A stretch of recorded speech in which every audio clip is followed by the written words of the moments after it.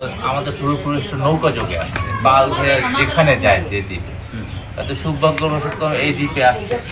সেই ক্ষেত্রে আর আমাদের বসতিগুলো দেখবেন তৎকালীন সব নদীর পাশাপাশি, মানে যাদের তখন নৌকায় ছিল ভরসা একমাত্র।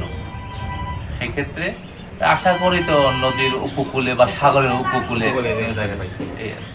আসলে কিরকম হবে বা তাদের দখলে যাবে নাকি আপনাদের থাকবে? না, ম্যাক্সিমাম জমি তো এখন তো আমাদের রাখাইনদের বেশি ম্যাক্সিমাম একটা জমি নাই, ঠিক আছে।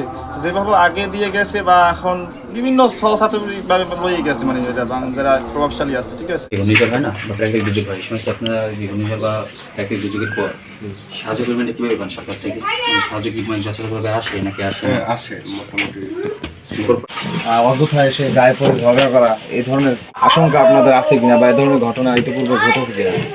এই ধরনের মাঝে মাঝে ঘটে, কিন্তু আমরা সামনেই থাকি, কারণ যাতে আশেপাশে পরিবেশের সাথে আমরা খাপ খেয়ে থাকতে পারি, সেইভাবে আমরা থাকার চেষ্টা করি।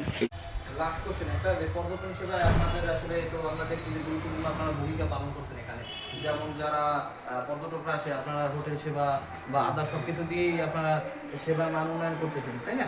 তো সেক্ষেত্রে ভবিষ্যতে আপনারা এর থেকে আসলে কিভাবে, এর থেকে কি ডেভেলপ কিছু চান কিনা, যদি এক আমরা কথা আরো ডেভেলপ চাই, হচ্ছে কিছু ডেভেলপ হলে আরো লোক প্রচুর পর্যটক আসবে।